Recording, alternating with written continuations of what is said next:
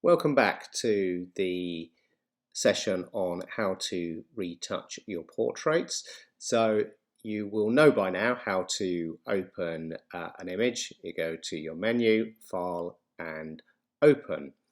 So we've made I have made a number of changes to this portrait, but I still think that there is more that I can do. Now, what I've decided is that I am going to use this picture for the internet only. And the reason that that's important to know, and it's important for you to consider how your pictures are going to be outputted, is it will determine how big you want to make the picture. And the reason that there are many reasons why that might be important, but one of them, on a very practical level, is if you're working on huge files and you don't really need to be, then it will slow down the process and it will slow down how quickly Photoshop can do the task that you're asking it to. So the first thing that I'm going to do now is, now that I've decided I'm going to use it for the internet only, I'm going to have a look and see how big this file is. So in order for me to do that, I go to Image, Image Size. All right, and here it says that the resolution is 72 pixels. That's fine, that's absolutely fine for the internet. But it says the width is 3000, and that seems quite wide to me. And you can see here that the image size is 17.5 megabytes. So what I'm going to do is I'm going to make it 1500.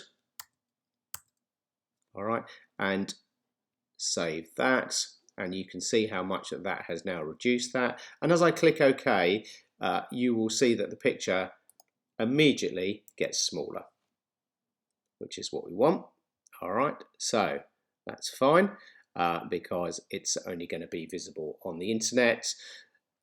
Now, that should speed up our work process. So what I'm now going to do, because I've resized it and because I've made some changes to it, I'm going to save this. So I go File, Save As, and you can see that it's come from Unsplash.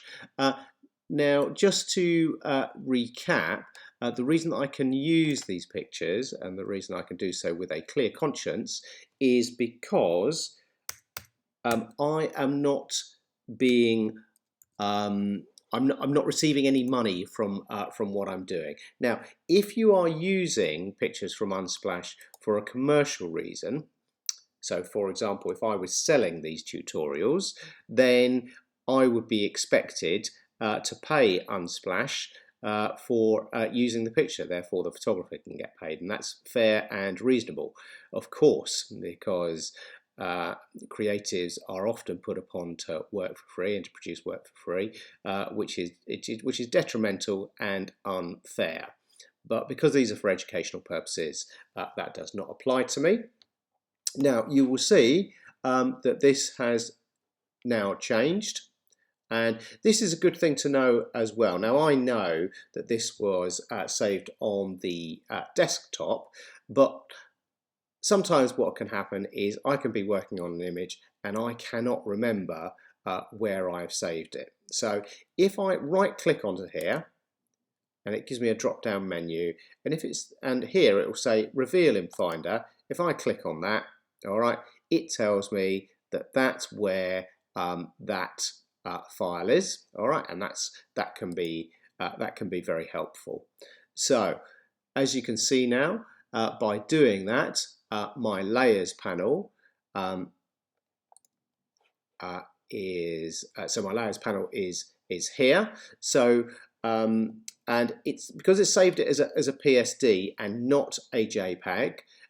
What that means is that I can open this up at any time and my layers will still be here. But it does have an impact on the size of the file that you are working on. The more layers that you have, the bigger the file becomes. And unless you need to be working on a huge file, my advice is to make it smaller.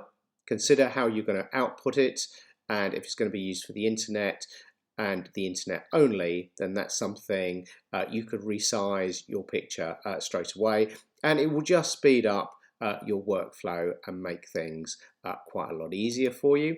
All right, so what I'm going to do now is I am going to see if I can group all of these layers together. So I'm going to create a new group. All right, and has that, right, so that hasn't included those, so I'm going to put that one in there, I'm going to put that one in there, and it's just a case of dragging them in. All right, you can select them prior to doing that, and I can just do that. And now what this means, of course, is I can turn those on and off, and that is the before and after. The other thing as well is that I can change this.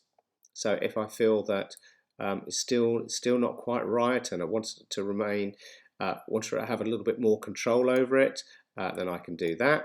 All right, so I'm just going to just bring that in a little bit because I think subtlety is a good quality in when using Photoshop, or indeed through life in general. So I'm now going to make this picture bigger. Command plus or Control plus, depending on what system you are working on.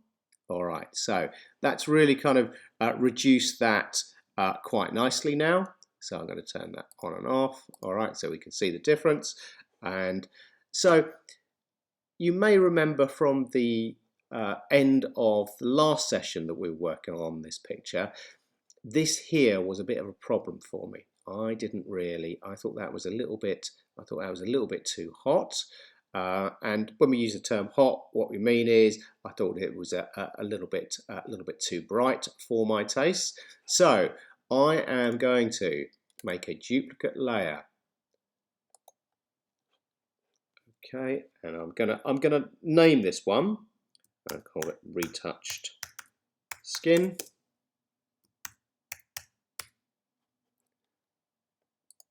Click OK. All right, and I'm going to straight away add a layer mask to that. I don't want to work on the layer mask straight away, so I'm going to go back to the background copy.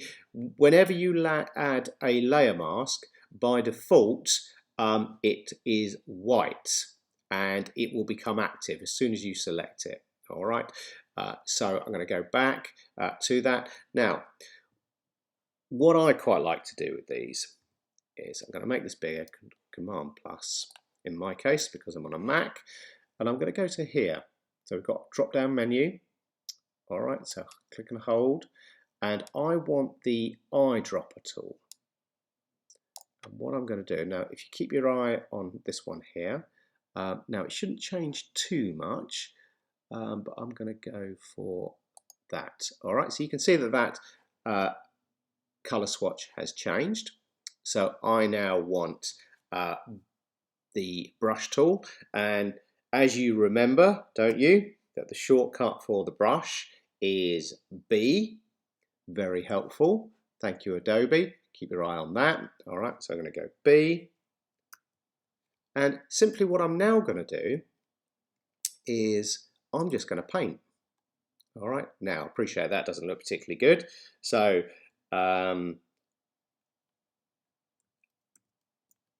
if I press Command Z, it will undo my last action.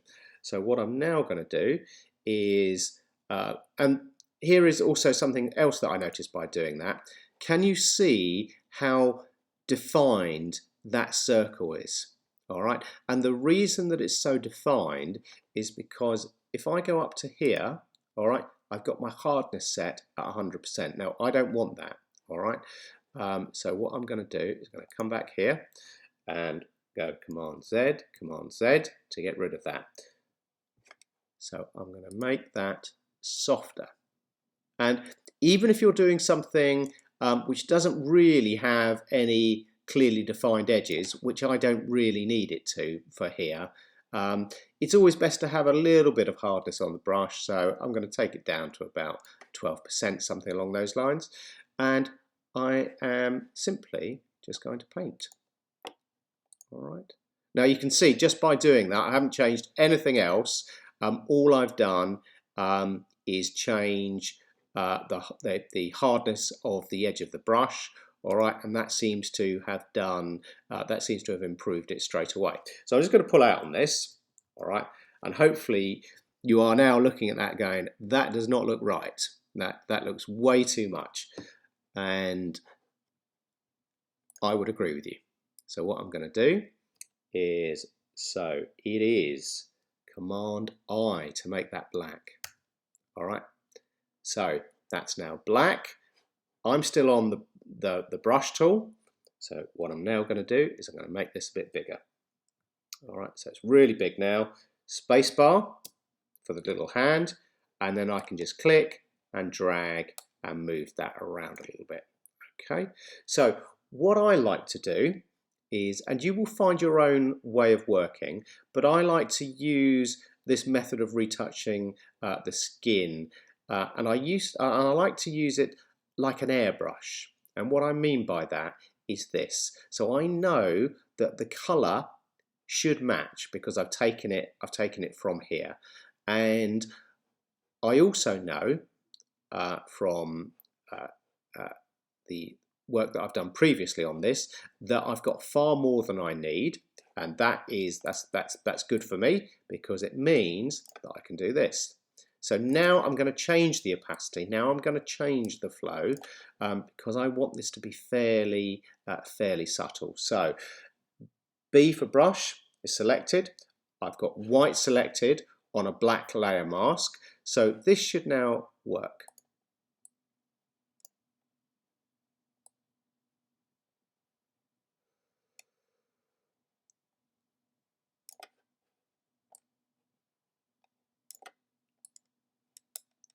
Okay, so we can see that that has had some effect. All right, but that's still not quite right, is it? That does not look right. All right, but I think it's taken the worst of the shine out of it. So what I'm going to do is I'm going to take that down to 0. Let's bring this up a little bit. And all right, so now we just subtly bring that in a little bit.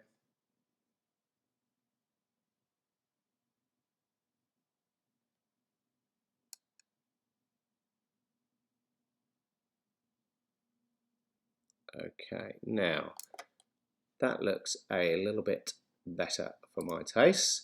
So let's have a look, see what we've done. All right, so that's before and that is after. Now I do prefer that. I think that that looks like it's got texture under the skin, but it does feel as if we've taken the sting out of that reflective forehead. So I'm just going to add that back. So Command minus. Okay, am I happy with that?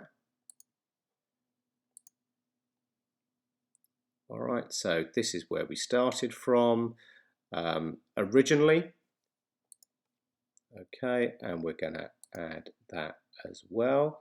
All right, so that I can now still see the form of the model's forehead, but the heat has just been reduced from that a little bit, and that's definitely starting to work for me. So let's do something else with this. So another tool that I would like to show you, and that is the cropping tool. So it's along here, all right, in our toolbar or toolbox, just like you do, like you would have at home. You have a toolbox for doing a DIY, for making changes around the house. Well, this is a toolbox for making changes to your pictures.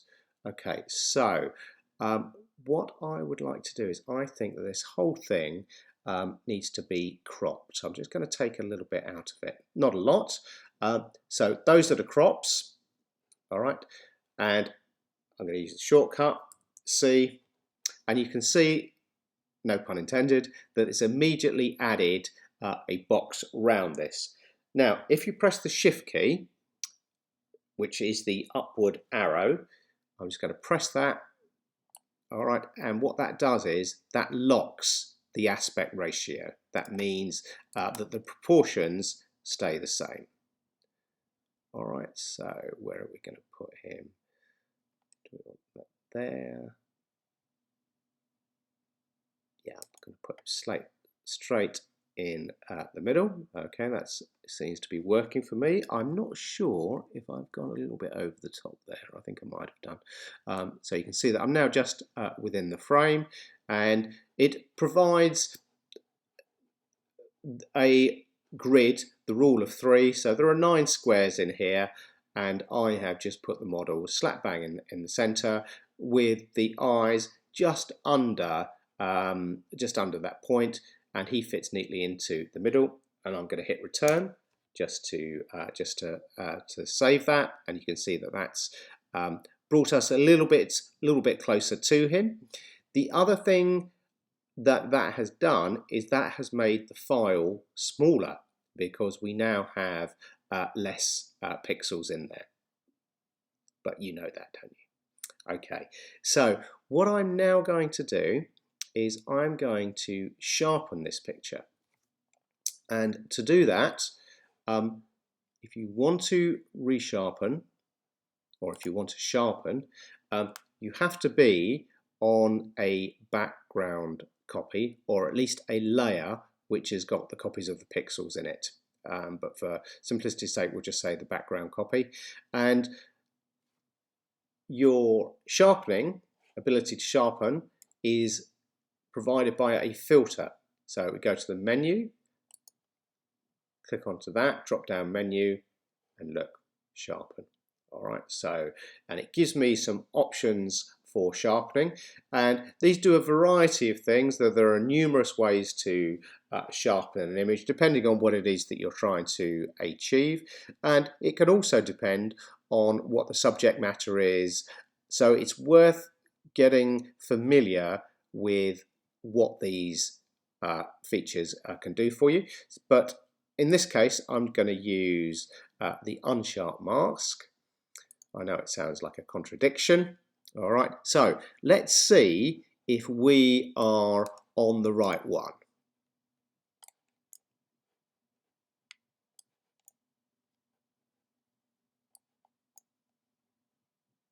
All right, now you can see that that's made some changes to it, but all of that has changed is where I came in. All right, so I'm going to get rid of that. So I'm going to duplicate the background layer, and I'm going to call it sharpen. I'm going to call it unsharp.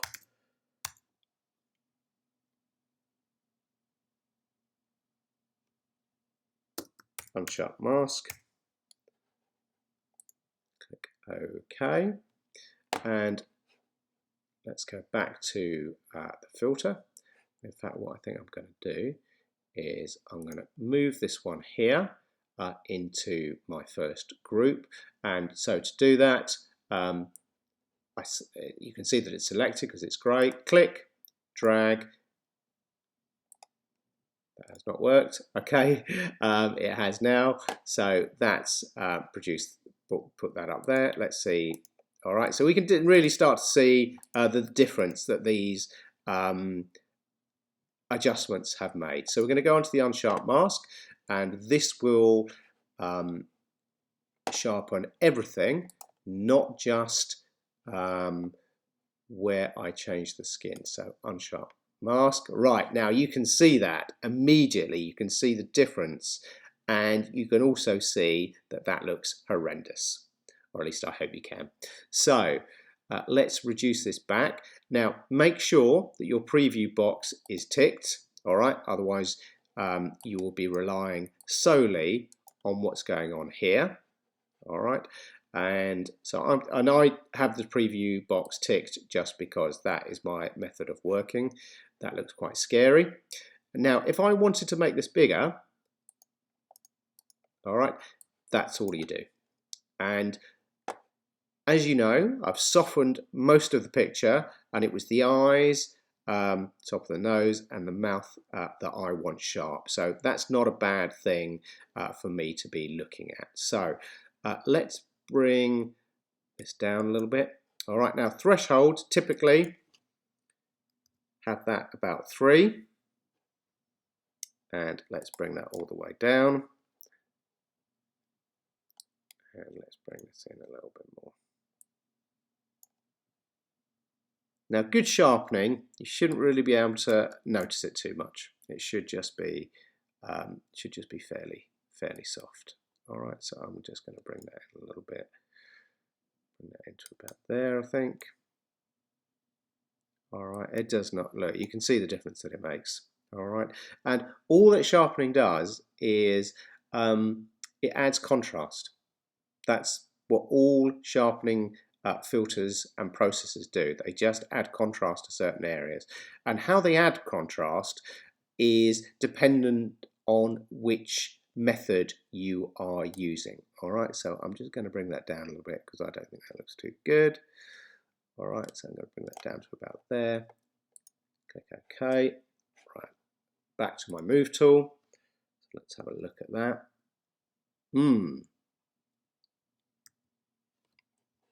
Now,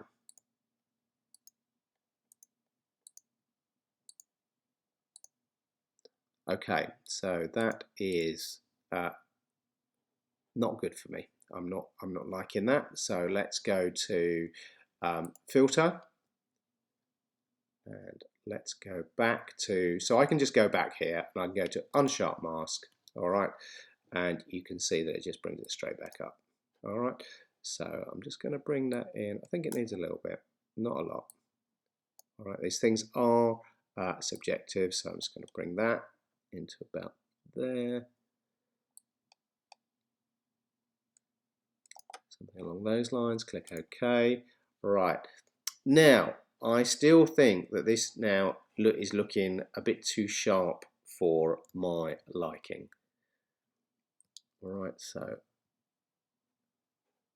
I still don't think that's right.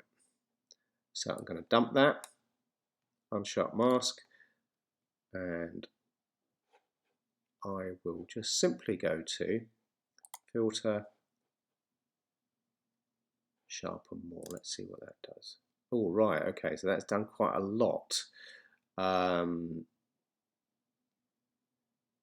So let's undo that. So that's Command Z to undo it. You can see that it's gone back to normal. So let's go duplicate layer, click OK, background copy. All right, so I'm going to just use the sharpen more. Well, in fact, let's just use the sharpen, see what that. Okay, so that's better. That's much more to my liking. And I should be able to adjust it a little bit in here, which I can do. And you should just be able to see that that is changing sufficiently. All right, so that's looking pretty good. Let's pull out a little bit. Okay, so now what I need to do is I think that this is still looking a little bit too sharp overall. It's definitely softer than it was, and you can see that still from the hair and the ears, but I'd still like it to be a little bit softer. So I'm going to move this into my group 1. So click, drag up to there. That's now popped into that group there, and if I reveal that, you can see all of the ones, retouch skin, background copy, all of the work that we've done there, and we can turn these off. All right, so we can see the work that we have done. All right, so let's turn that off. Pass through. Okay, let's turn these back on. And because we've reduced the fill, these changes are really quite subtle, but you can see them having their effect. just click onto that to reduce that. So the final thing that I'm going to do is I'm just going to soften this down a little bit more. Background, duplicate layer, click OK, add layer mask. That's the active layer now, which I don't want. I want that to be the active layer. Go to Filter, Blur Gallery, and let's use the tilt shift, because that can be quite a nice thing to do. Right, so the tilt shift lens comes from analog, and it comes from a 5.4 camera, where you used to be able to make a wide variety of adjustments to your focal plane, to the lens, and how perpendicular it was to the subject that you're photographing. So I am a big fan of the tilt shift lens, and I don't like it as it is here, so I'm going to change that. I'm going to turn it from horizontal to vertical. So as you see, if I move that around, it moves from a pin to an arrow, turn that round, and I'm going to go something like that. Now I don't want it straight because that doesn't look too good to me, and what I'm going to do is I'm just going to bring these out. It's the eyes that I'm interested in, as you know, the eyes and the mouth. All right, so if you want to see what it does, here's an exaggerated version. All right, you can see what it's doing there. All right, I don't know what's going on there. That's not looking too good at all. All right, so there is much better. I think that's looking good. That looks pretty natural. I think it's a little bit too much for me. I do want a little bit more detail, and I'm just going to change that there. You can change it, of course, from the dialog box as well. You can just bring this down, and it will do the same thing. All right, it's just a different way of doing it. All right, so that is without anything, and I'm just going to bring in a little bit just to soften those ears down. Just soften that bit. All right, but I think that looks pretty good, and I've got a couple of options to confirm this. I can go back to my options bar and click OK or cancel, or I can hit the return button. But in this case, I'm just going to click the OK button.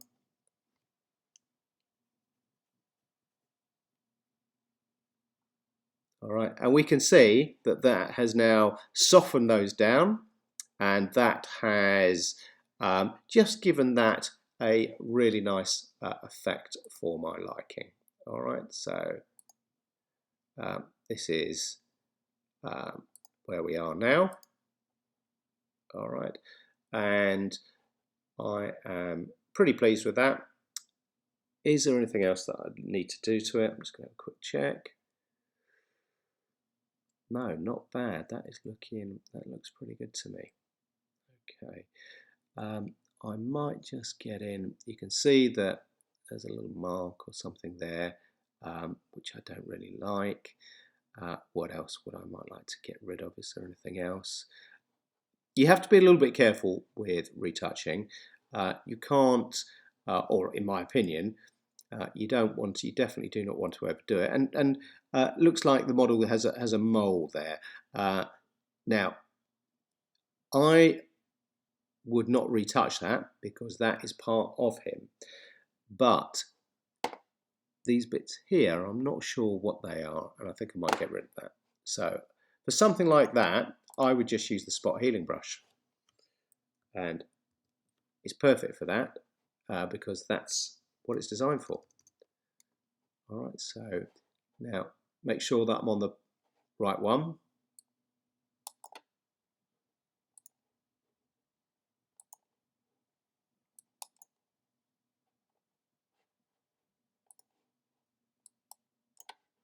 So you'll know that the spot healing brush is working because if you see black, then it's doing its job. And here you've got choice of options: normal, replace, content aware, create texture. I'm just going to go for normal, content aware. It's just removed that a little bit, and that's what I want. That works for me. All right. So Command minus, and that is looking pretty good, I think. So I am going to show you what we have been doing. So go to File, Open, and here is my original.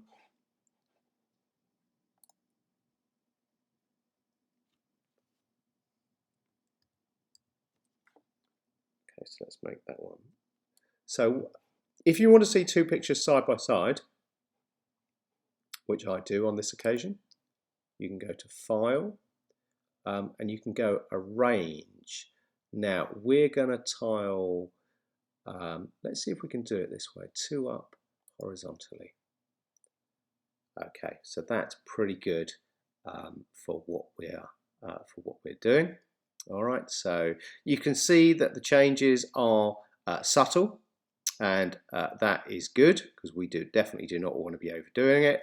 But it definitely looks a little bit sharper, looks a little bit warmer, and you can see the subtlety of the softness around the hair, around the ears. You can see how sharp that is.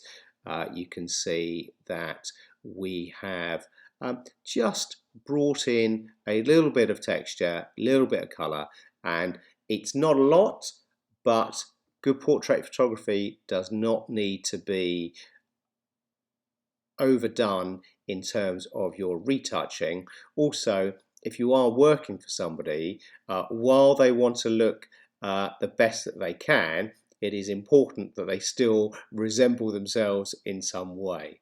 So I trust you will find that that's been useful and that you will be able to go and apply these skills to your next portrait session. Thank you very much for your time.